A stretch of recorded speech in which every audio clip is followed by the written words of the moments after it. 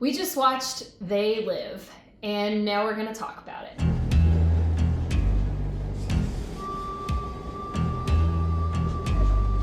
So we should try to describe the plot of this movie briefly. Oh, where to begin?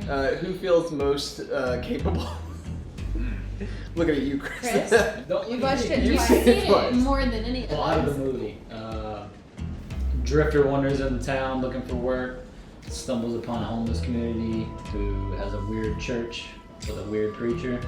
What's the name of that church? The African Methodist Episcopal Free Church. They didn't want to. Mouthful. Everybody's welcome. All right, so we've got a drifter camp and a weird church, which is a front for making glasses, And then the police come and ruin everything. Tear things down. They bulldoze the homeless community. Yeah. There's a girl still in her house. That's what's moving.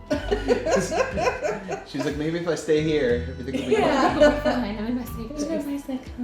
Then Roddy Piper wanders in the next day, finds a secret stash of sunglasses, puts them on, and discovers the world as it is.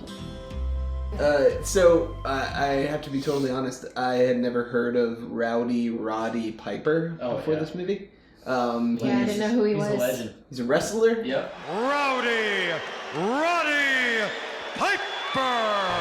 I saw something on Twitter where he had tweeted like, "They Live" as a documentary. We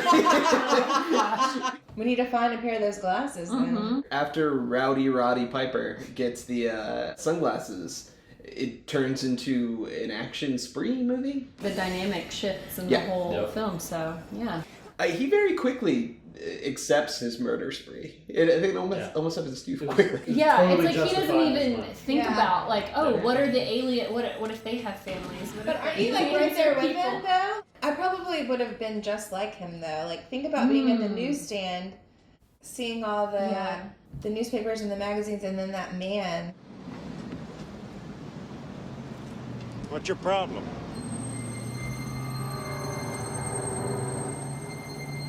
But you're making a 50-50 gamble that the glasses are true. Like, how do you know the glasses aren't the illusion? I mean, and we didn't even see him like struggle with that at all. He was pretty aloof though. Yeah. He didn't seem to really think about a whole lot. But still, like, he makes a very quick decision that, like, they are worthy of killing. Yeah. And in fairness, we don't see the aliens kill humans, do we? No, until they kill the rebels. I think otherwise they're just like the oppressors, but they're not like murdering us. So they came in and destroyed the homeless camp. Yeah, I mean. And they burned the church, tried to destroy everything. Well, you make a good point. I mean, they were like trying to bulldoze people still in People their who had house. nothing, they were like, yeah, you can have even less. You're like, I think they burned the church down. Yeah.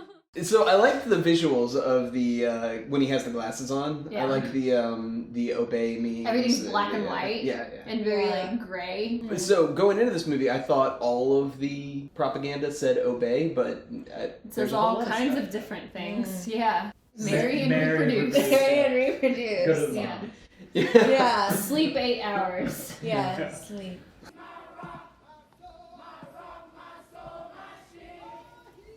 I don't want to be a conspiracy theorist, but like parts of the movie are actually somewhat apt in that it is kind of inundation marketing, which is a real thing. Like you surround people with like a brand or an image and like try to develop an association between that brand and a certain feeling or a certain want or need. Lifestyle. Yeah. So it's valid in that sense that like that is actually what marketing is. It's just not necessarily an alien conspiracy. So we should talk about the fact that there are humans in on the conspiracy. The movie alludes to the aliens compensating the humans like really well for selling out. So like all the humans like live really comfortably that have bought into the alien propaganda. Yeah. And then a lot of the ones we see that are in the rebellion are not wealthy at all. Would you guys have sold out? No. I don't know. Honestly, I think I would. I was thinking like, yeah, that seems like a pretty good life. A homeless man sells out, like one of their friends in the homeless community. The smoker.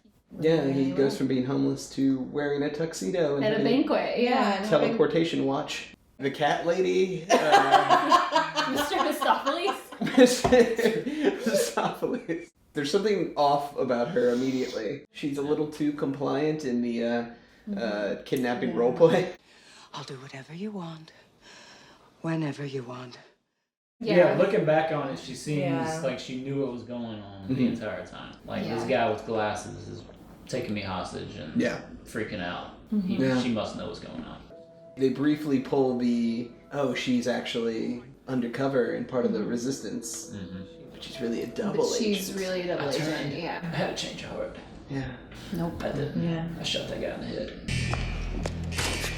His other construction worker, homeless friend from Detroit. Detroit, not Detroit. Detroit. Detroit. Yeah, it's a different place. That was pretty rough. I didn't expect At least that. they didn't show it. Yeah, because he's one of the heroes too. Yeah. He dies in a stairwell. Yeah. Rather unceremoniously. Does Nada, whatever his Nada. name is, does Rowdy he die? Piper. Does he die or does he live? I think that's him dying on the rooftop. I think he does. dies.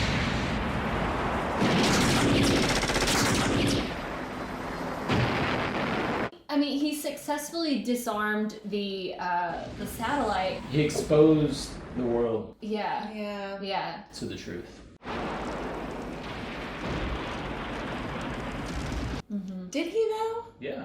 Yeah. The satellite was making cover for the aliens. So then the aliens Yeah. yeah, So yeah, after yeah. he disarmed the satellite, all the humans could see who around them were really aliens. Yeah. I'm fed up with it. Filmmakers like George Romero and John Carpenter have to show some restraint. That was the first time it showed them in color. Yeah. The aliens in color. Uh-huh. That's how you do. They had That's been how in you black do. and white the whole cover. time. Hey, what's wrong, baby? Because you didn't need the contact lenses or the glasses to see them anymore. Yeah. Ooh, can we talk about the contact lenses? Brand new. There's less interference. How they put them in their eye like this.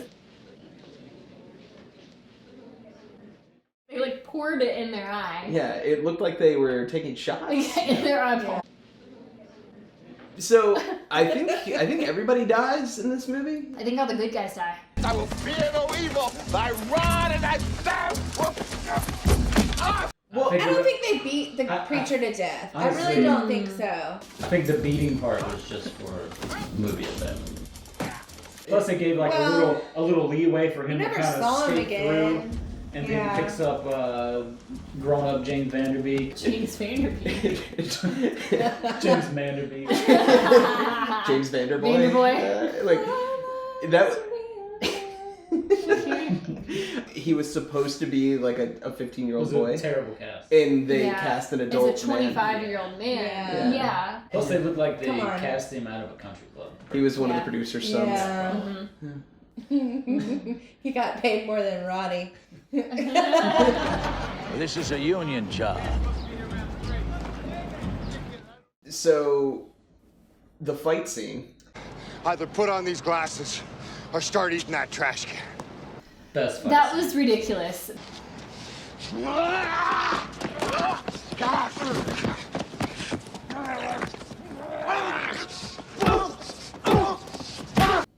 Roddy Piper is a wrestler. Yep. Watch him do his thing. I don't think we're going to see much of an actual wrestling match here, Gorilla. This is a street fight. And that's And how then you he think it's wrestled. over.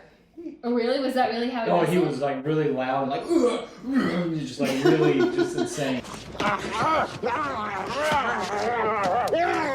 Also, after they fight, there's like How they no kept visible going after that. wounds. No, they're covered in wounds. For the rest of the day, but the next day, But the next day, they're Totally cool. completely Yeah, the next fine. time he had like They a brand heal. new set of clothes Yeah. on. The power of friendship healed them. People, let me tell you about my best friend.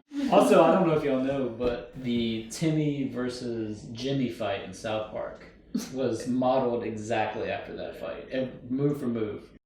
Triple fight!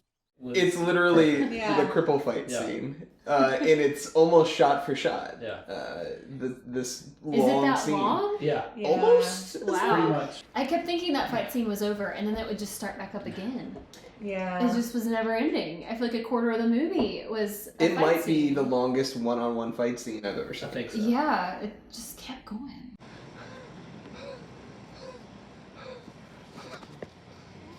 It was weird when they showed a picture of him when he was a wanted fugitive. They showed a picture of him with His short hair was hair. a lot shorter. Yeah, because when they showed the picture, it didn't even look like him in the wanted picture. It's like his pre-drifter days. Yeah, that's exactly what I was gonna say. Yeah. Before everything changed.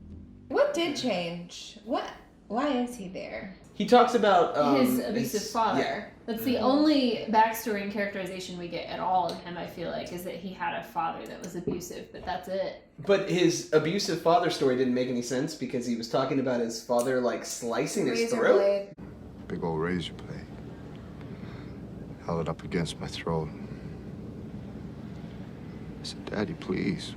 The only point of that backstory was to set up his horrible line. His horrible line of, like, I'm not Daddy's boy anymore.